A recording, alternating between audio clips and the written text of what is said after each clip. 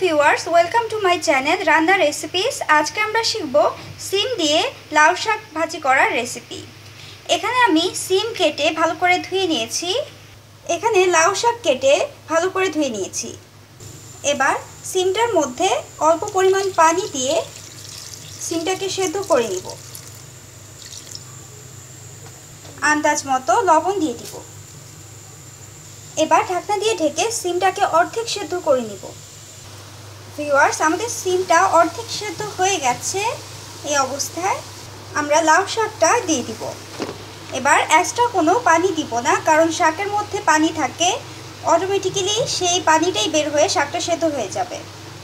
যেহেতু আমি সিমের মধ্যে আগেই লবণ দিয়েছি, তাই এবার অল্প পরিমাণ লবণ দিব। এবার একটু নেড়ে নিব। এবার ঢাকনা দিয়ে ঢেকে শাকটাকে সেদ্ধ করে নিব। আমাদের শাকটা সেদ্ধ হয়ে গেছে।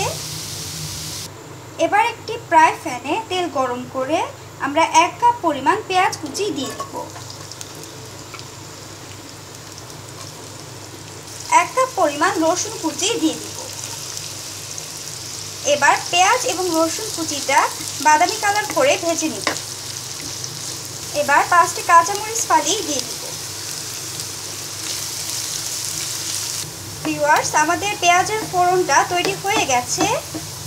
এবার আমরা সেদ্ধ করা সিম এবং লাউ শাকটা দিয়ে দিব। এবার পেঁয়াজের ফোড়নের সাথে ভালো করে নেড়ে নিব। এবার সামান্য পরিমাণ লবণ ছিটিয়ে দিব। কারণটা হচ্ছে আমরা সেদ্ধ করার সময়ই লবণ দিয়ে সেদ্ধ করেছি, তাই এবার লবণটা কম পরিমাণে লাগবে। সো ডিয়ার ভিউয়ার্স, হয়ে গেছে আমাদের সিম দিয়ে লাউ শাক ভাজি করার রেসিপি। আশা করি আপনাদের আমার রেসিপিটি ভালো লেগেছে। আমার আরও নতুন নতুন রেসিপি যদি আপনাদের ওয়ালে পেতে চান, তাহলে আমার চ্যানেলটি সাবস্ক্রাইব করুন। তাহলে আমার সব রেসিপি আপনাদের ওয়ালে চলে যাবে।